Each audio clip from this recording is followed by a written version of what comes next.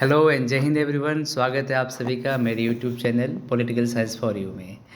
और आज हम बात करेंगे भारत के संविधान का एक भाग जिसको हम लोग बोलते हैं राज्य के नीति निर्देशक तत्व, DPSP, directive principle of state policy.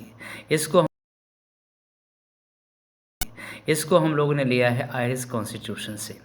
और भारत के आर्टिकल 36 से लेकर के या 51 तक इसको एडॉप्ट किया गया है। 36 से 51 तक राज्य के नीति निर्देशक सिद्धांत के रूप में। और अनुच्छेद जो है 37 जो इसके गाइडलाइंस के बारे में हमें बताता है और कैसे इसको यूज करना है। बेसिकली जो फंडामेंटल जो ड्यूटी है स्टेट की, एक तरीके से कहें तो जो सामाजिक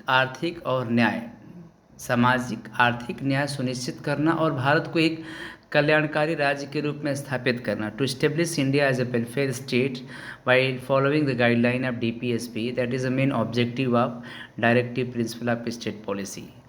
सम टाइम इट हैज़ आप देखेंगे तो इसका मेन एक ये भी है डीपीएसपी का कि जो आइडियल स्टेट जिनका मेन ऑब्जेक्टिव यही था कि जो नीतियाँ बनाते समय, कानून बनाते समय जो पालन करना चाहिए वो डीपीएसपी के मूल आधार के हिसाब से हो।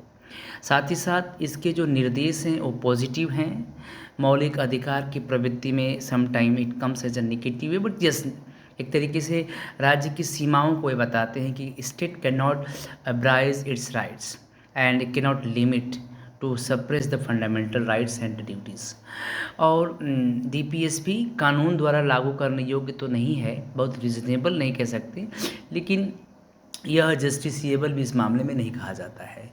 इसका एक ध्यान रखना भी महत्वपूर्ण है कि डीपीएसपी को एफआर यानी फंडामेंटल राइट्स दोनों साथ साथ चलते हैं। दोनों में बड़ा माइन्यूट एक रिलेशनशिप डेवलप हो जाता है जो स्टेट और इंडिविजुअल्स के बीच की कैपेसिटी को जस्टिफाई करता है। डीपीएसपी जो है वो फंडामेंटल राइट के अंडर तो नहीं आता है, ये मैं सिर्फ कह सकते हैं। तो अगर देखेंगे जो डीपीएसपी का, तो इसका जो सिद्धांत है, इसका जो डिवीज़न कब होता है, बेसिकली जो डीपीएसपी है इसके जो सिद्धांत जो है, थ्योरी जो है, इसका मेन ऑब्जेक्टिव जो है वो प्रिंसिपली इस तरीके से कार्य करता है थ्रू दिस ऑब्जेक्टिव। पहला नंबर सोशलिस्ट स्टेट यानी सोशलिस्ट थियोरी, दूसरा गांधीज़म महात्मा गांधी के विज़न के आधार पे, और तीसरा लिबरल इंटेलेक्चुअल आइडियोलॉजी, इसके आधार पे काम करता है। तो जो भारत का जो इंडिविजुअल आइडेंटिटी को मेंटेन करते हुए स्टेट में लेके चलता है। आर्टिकल 41 बुढ़ापा, बीमारी, विकलांगता के मामलों में काम करने, शिक्षा पाने और सार्वजनिक सहायता पाने का अधिकार सुरक्षित करता है। आर्टिकल 42 राज्य की न्याय संगत और मानवीय स्थितियों को सुरक्षित करने और मातृत्व सहायता के लिए। 42 से के बाद 43 और 43 ये दो आर्टिकल इसमें ऐड किए गए हैं जो श्रमिकों को एक जीवित मजदूरी और जीवन का एक सभ्य स्तर सुरक्षित करने का प्रयास करेगा। तो इस तरह से भारत का जो संविधान है वो अलग अलग स्तरों पे, पोषण के स्तर पर और लोगों के जीवन स्तर को बढ़ाने, सार्वजनिक स्वास्थ्य सुधार करने के लिए भी स्टैब्लिश करता है। आपने देखा होगा मनरेगा के तहत ग्राम पंचायत इकाइयाँ गठित की गई हैं, जो आर्टिकल 40 है जो गांधीवादी सिद्धांत को लेकर चलता है और वहाँ पे लोगों को रोज़गार और उनके सृजन को बढ़ावा देता है।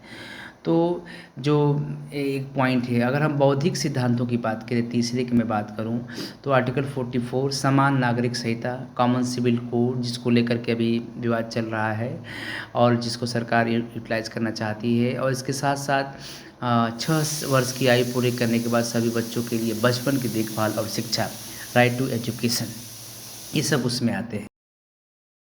तो इस तरह से जो डायरेक्टिव प्रिंसिपल ऑफ स्टेट है वो भारत के संविधान के बहुत सारे प्रिंसिपल जो डेवलपमेंट और वेलफेयर स्टेट के प्रिंसिपल को एक्नॉलेज करते हैं has been mentioned in this particular point.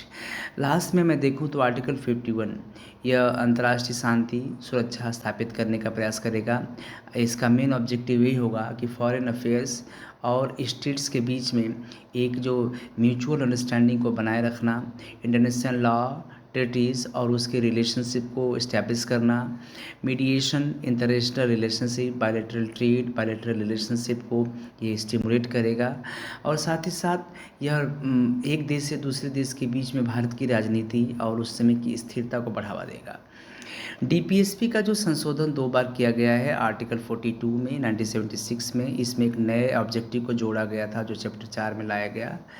और साथ ही साथ इसमें चूँकि ये परिवर्तनीय है, इसमें सरकार अपनी नीतियों और अपनी योजनाओं को जारी करती है। आपने देखा होगा कि इसमें मौलिक अधिकार में संपत्ति के अधिकार को समाप्त कर दिया गया था जब 44वां संविधान संशोधन 1978 के तहत।